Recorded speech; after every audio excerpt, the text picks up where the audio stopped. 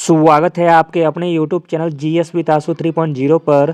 BPSC TRE 4.0 के लिए history से संबंधित अति महत्वपूर्ण 25 प्रश्नों को देखने वाले हैं इस वीडियो में। इसमें सारे के सारे प्रश्न बहुत ही सिलेक्टेड दिए गए हैं जो आपके एग्जाम में आने की पूरी संभावना है, इसलिए वीडियो को लास्ट तक जरूर देखें। वीडियो स्टार्ट करने से पहले आप लोगों से एक ही रिक्वेस्ट है, प्लीज़ वीडियो को लाइक और सेशन ख़त्म होने के बाद किसी भी एक ग्रुप में शेयर जरूर कर दीजिएगा। चलिए शुरू करते हैं और आप लोग भी सोचिएगा अपना आंसर क्या हो सकता है। पहला प्रश्न है, निम्नलिखित में से कौन सा व्यक्ति अमेरिकी स्वतंत्रता संग्राम से जुड़ा था? अमेरिकी स्वतंत्रता संग्राम से जुड़ा हुआ था George Washington, option number D. George Washington ने अमेरिकी क्रांति युद्ध 1775 से लेकर 1783 में महाद्वीपीय सेना की कमान संभाली और वह संयुक्त राज्य अमेरिका के पहले राष्ट्रपति थे जिन्होंने 1789 से 1797 तक सेवा की थी। अगला प्रश्न है, प्रथम विश्व युद्ध में किस राष्ट्र ने जर्मनी से संधि कर युद्ध से अपने आप को अलग कर लिया था? तो दोस्तों वह देश था रूस, ऑप्शन नंबर डी। प्रथम विश्व युद्ध में रूस ने जर्मनी से संधि कर युद्ध से अपने आप को अलग कर लिया था। 1917 के बाद प्रथम विश्व युद्ध में एक महत्वपूर्ण घटना हुई। अक्टूबर की क्रांति के बाद रूस ने स्वयं को प्रथम विश्व युद्ध से अलग कर लिया था। अगला प्रश्न है, किस युद्ध को सभी युद्धों को समाप्त करने वाला युद्ध कहा जाता है? सभी युद्ध को समाप्त करने वाला युद्ध कहा जाता है प्रथम विश्व युद्ध को, ऑप्शन नंबर ए। अगला प्रश्न देखते हैं, फ्रांसीसी क्रांति के दौरान फ्रांसीसी महिलाओं ने किन अधिकारों की मांग की थी? आंसर हो जाएगा ऑप्शन नंबर डी, उपयुक्त सभी का। मतदान करना का, विधानसभा के लिए चुने जाने के लिए तथा राजनीतिक पद संभालने के लिए। अगला प्रश्न देखते हैं, द्वितीय विश्व युद्ध की समाप्ति के बाद 1945 में जो अंतर्राष्ट्रीय संस्था उभरी थी वह कौन सी है? आंसर हो जाएगा ऑप्शन नंबर डी, संयुक्त राष्ट्र संघ। द्वितीय विश्व युद्ध की समाप्ति के बाद 1945 में जो अंतर्राष्ट्रीय संस्था उभरी थी वह हो जाएगी संयुक्त राष्ट्र संघ।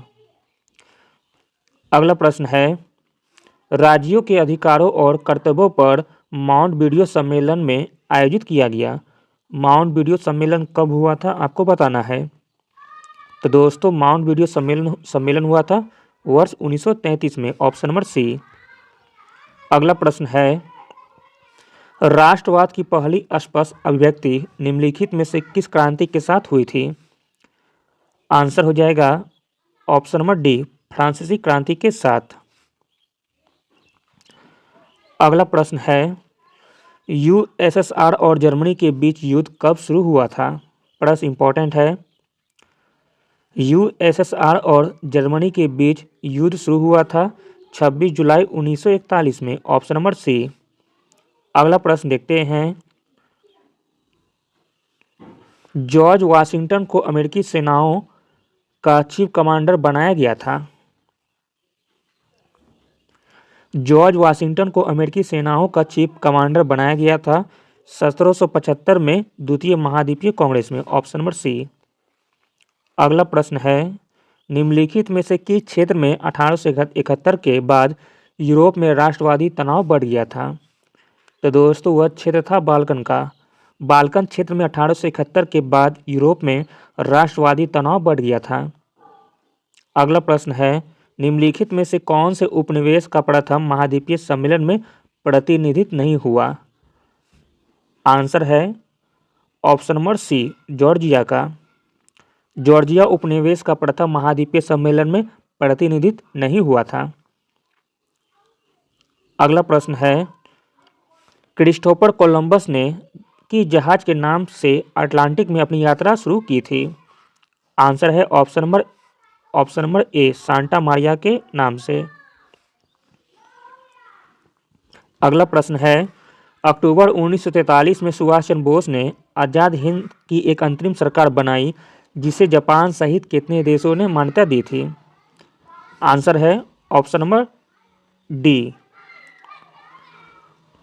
9 देशों ने।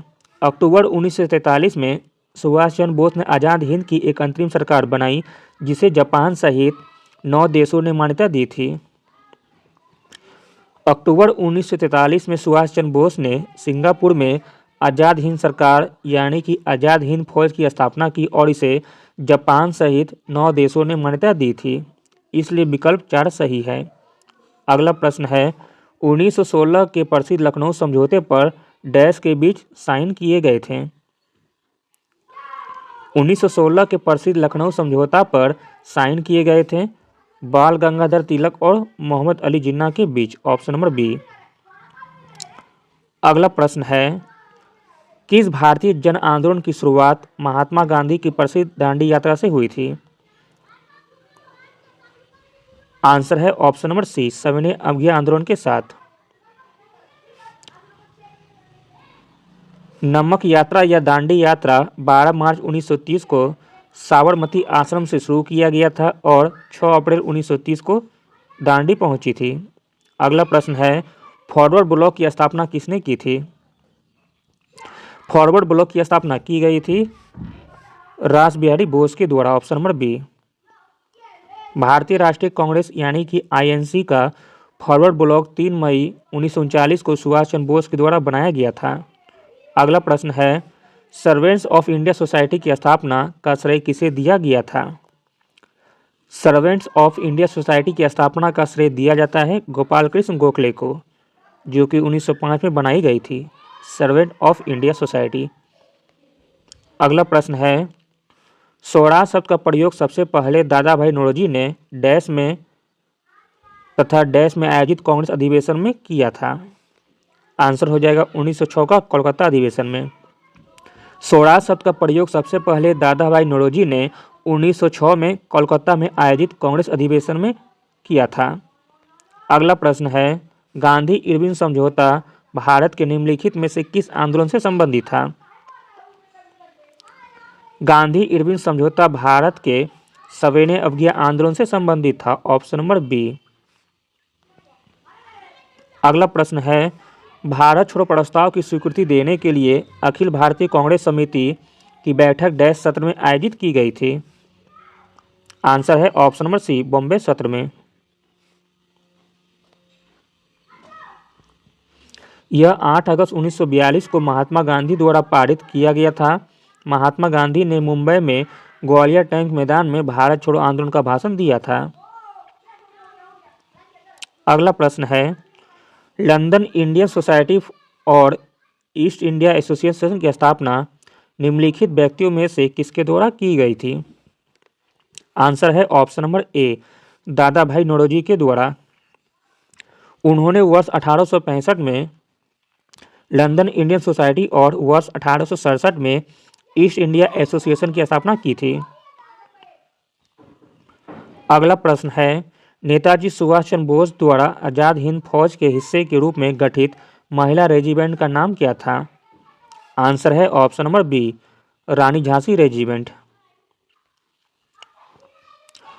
सुभाष चंद्र बोस ने रानी लक्ष्मीबाई के नाम पर महिलाओं के लिए रानी झांसी रेजिमेंट स्थापित की। आज़ाद हिंद फौज के 4 और ब्रिगेड थे जिनका नाम था Azad brigade, Subhash brigade, Nehru brigade और गांधी ब्रिगेड। अगला प्रश्न है किस आंग्ल मैसूर युद्ध और कौन से वर्ष में टीपू सुल्तान की हत्या हुई थी? आंसर है ऑप्शन नंबर सी, चौथा मैसूर युद्ध, जो कि 1799 में हुआ था। अगला प्रश्न है प्लासी की युद्ध के बाद डैश को बंगाल का नवाब बनाया गया था। प्लासी की युद्ध के बाद बंगाल का नवाब बनाया गया था मीर जाफर को, ऑप्शन नंबर बी। अगला और अंतिम प्रश्न देखते हैं निम्नलिखित में से किस वर्ष में मैनचेस्टर कॉटन कंपनी का गठन किया गया था? इसका आंसर बताना है आप लोगों को कमेंट में। देखते हैं किनका आंसर सही होता है।